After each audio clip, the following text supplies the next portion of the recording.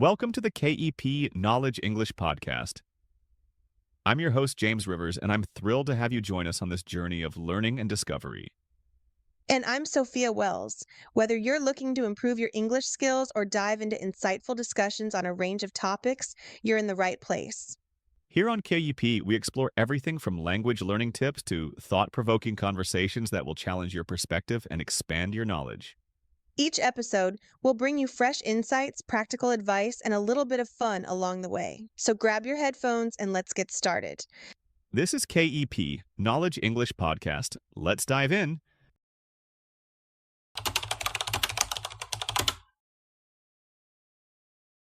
Hey there, everyone. Welcome back to another episode of our podcast. I'm James.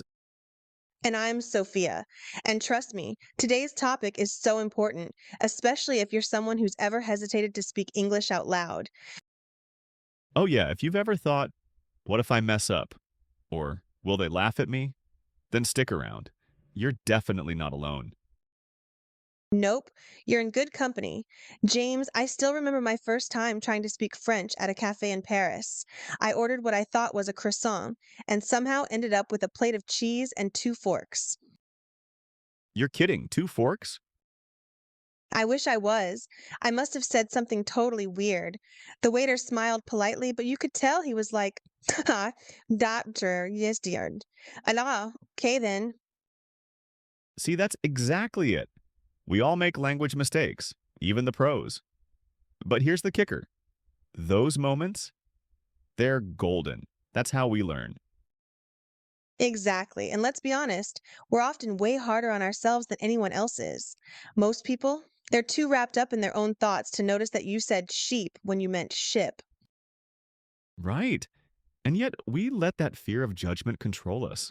It stops us from speaking, from asking questions, from even trying. But here's what we want to say today: stop caring so much about what people think. Because learning a language isn't about perfection. It's about progress, about communication, about connection. Yes, language is messy, emotional, imperfect, and that's what makes it beautiful. Think about kids, they're fearless. They mess up grammar all the time, but they still keep talking. Why? Because they're focused on expression, not perfection. So whether you're learning English, Spanish, Mandarin, or Klingon, just kidding, sort of, remember, making mistakes is part of the process. In fact, it's a sign you're pushing yourself. Here's what helped me. Every time I made a mistake, I wrote it down, not to feel bad, but to remind myself that I was growing, that I dared to speak. That's powerful, and we'll be sharing more tips like that in today's episode. But first, we want to give you permission. Yes, permission to let go of that fear. So take a deep breath, maybe grab your favorite drink and settle in. Because today, we're getting real about the fear of being judged and how to overcome it. Let's dive in.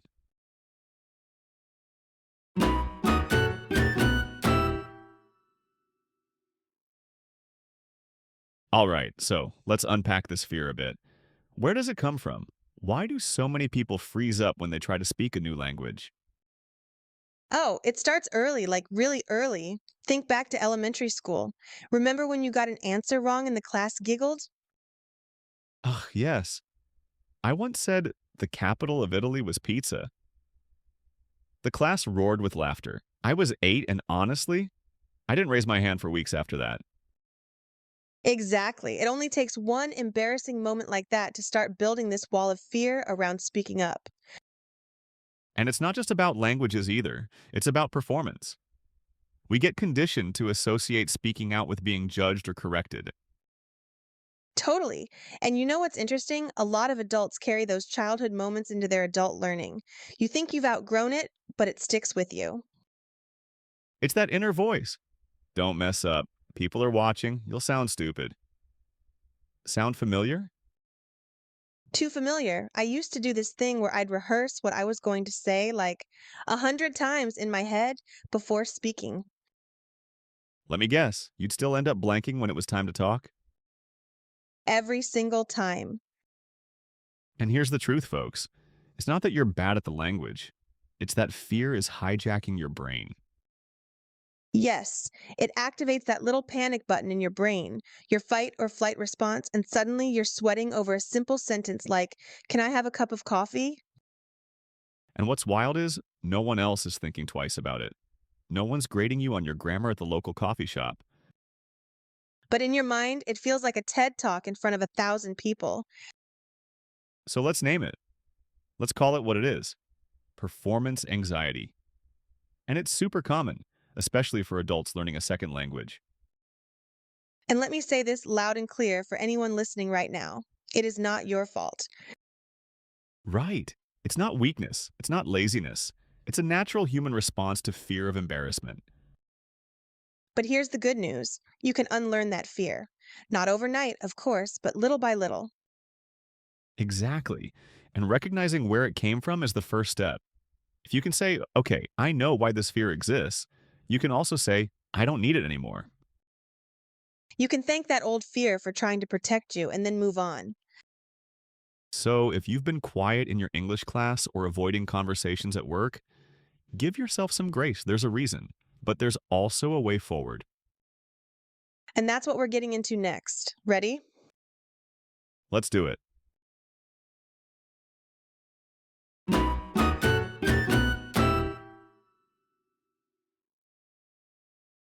Okay, so now that we know where the fear comes from, let's talk about how to reframe it. Because honestly, most of the pressure we feel is completely made up in our heads. Totally agree. And here's something that blew my mind when I first heard it. Most people are too focused on themselves to notice your mistakes. Yes, you think everyone's analyzing your grammar, but in reality, they're probably thinking, "Did I leave the stove on?" Or, "What was that weird thing my boss said today?" Or, do I have spinach in my teeth? People are in their own worlds 99% of the time. Exactly. So when you mess up a word or mix up tenses, it's not this giant spotlight moment. Most folks just keep the conversation going, or they don't even notice. And even if they do notice, so what? Right? I mean, when I hear someone learning English make a mistake, my first thought isn't, "Wow, they're dumb." It's, "Dang, they're trying. That's awesome." Same. I respect people who put themselves out there. That takes courage.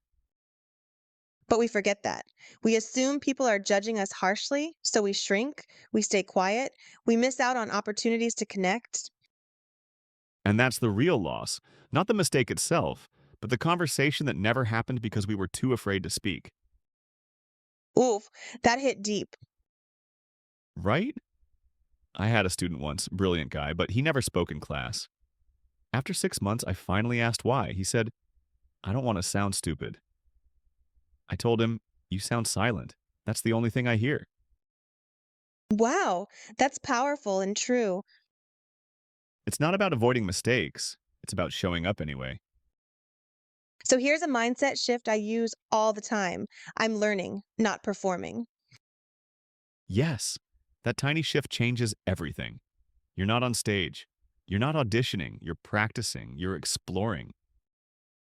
And think about this, kids don't care if they sound silly, they just talk.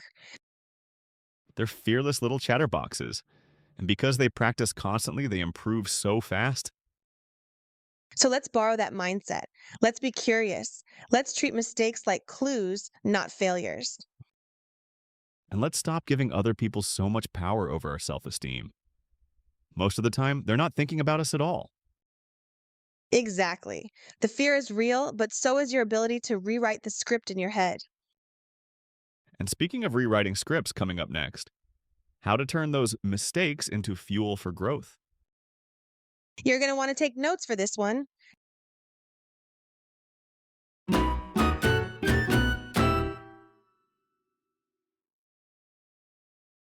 All right, let's get to the good stuff.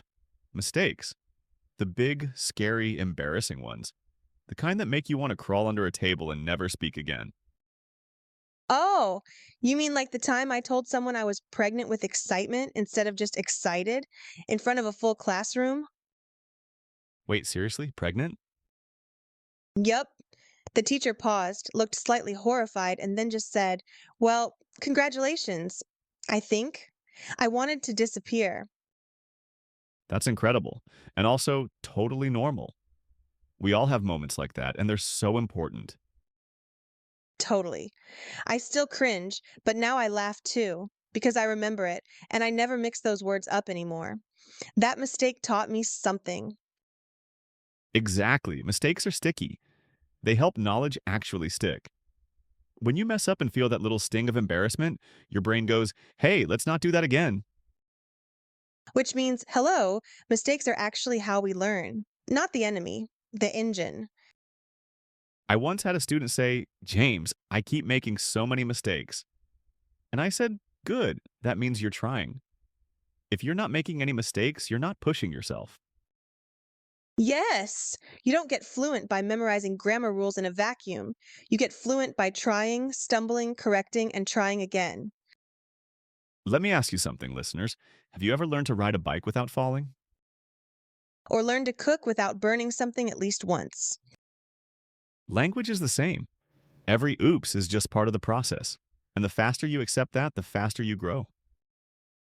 And it's actually kind of exciting, right? Like every mistake is a mini adventure. Oops, that word didn't land. What can I say next time?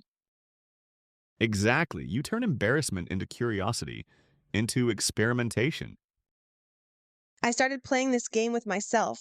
Every time I made a mistake, I gave myself a point. 10 points, I earned a reward, like a latte or a silly sticker. It totally rewired my brain to see mistakes as wins. That's genius. Because let's be real, we remember more from the stuff we got wrong than what we got right the first time. So embrace the slip ups, laugh at them, learn from them, talk about them, heck, celebrate them. Because the more mistakes you make, the more fluent you become. And one day, you'll be the person telling your embarrassing story with pride, not shame. Stick around. Next, we're going to give you some practical, fun tips to build your confidence while you're on this journey. Can't wait. Let's get into the tools that really help.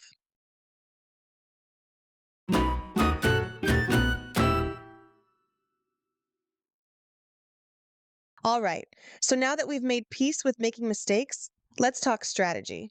How do we actually build confidence in speaking English? Yes, because mindset is important, but so are tools. You need both. Like having the right attitude and the right backpack when you go hiking. Great metaphor. So, tip number one, and I love this one, treat conversations like experiments. Say more about that.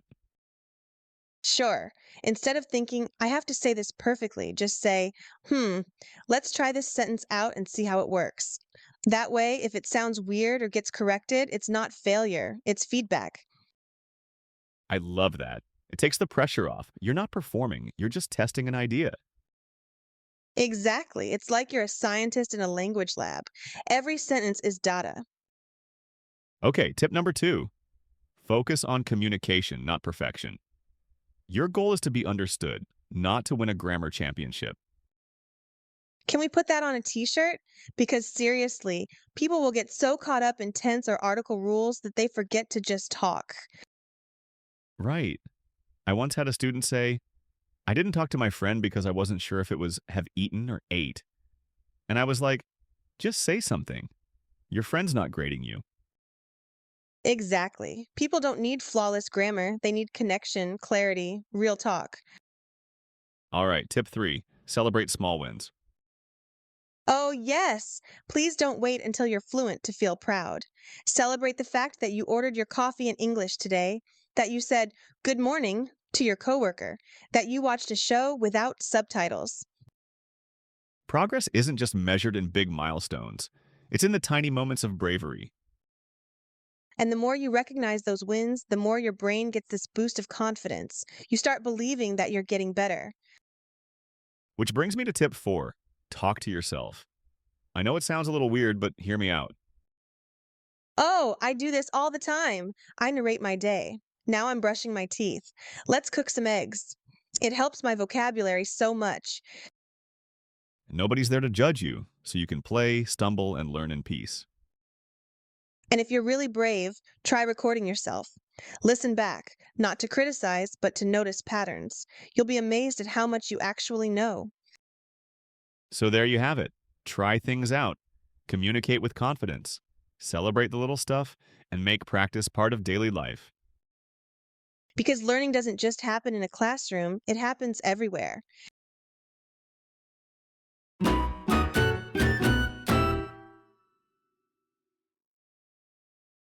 Wow, what a journey today, huh? Seriously, we've covered a lot: fear, confidence, mindset shifts, practical tools, even embarrassing mistakes. It's been real. And I think if there's one thing we want listeners to walk away with, it's this: you do not need to be perfect to be powerful. Oh, I love that. Language isn't about flawless grammar, it's about being brave enough to open your mouth and try. We get so caught up in how we sound that we forget why we started learning in the first place: to connect, to express ourselves, to grow. Exactly. And I really want to say this for anyone listening who's been holding back. Your voice matters, even if it's shaky, even if it's not grammatically perfect. Yes, and your courage to speak, especially when you're scared, that's something to be proud of. So if you've been waiting for the right moment to speak up in class, or to start that conversation at work, or to join a group chat in English, this is your sign. Do it. Take the leap, make the mistake, laugh about it, learn from it. And celebrate it, because every time you show up, you get stronger. One of my favorite quotes says, "The expert in anything was once a beginner." And it's so true. Every confident English speaker started exactly where you are now. Probably with way more awkward moments than you'd expect. Definitely. I once said I love chickens when I meant kitchen. I still hear about it at family dinners. That's amazing. And the best part, you kept going. Yep, because fluency is built through persistence, not perfection. So, here's our final takeaway: embrace your mistakes, shift your perspective, celebrate your progress, and speak loudly, proudly, and often. Whether you're learning English, Spanish, Japanese, or Martian, just kidding. You're doing something courageous, and you should be proud of that. Absolutely. Keep showing up, keep speaking, keep being curious.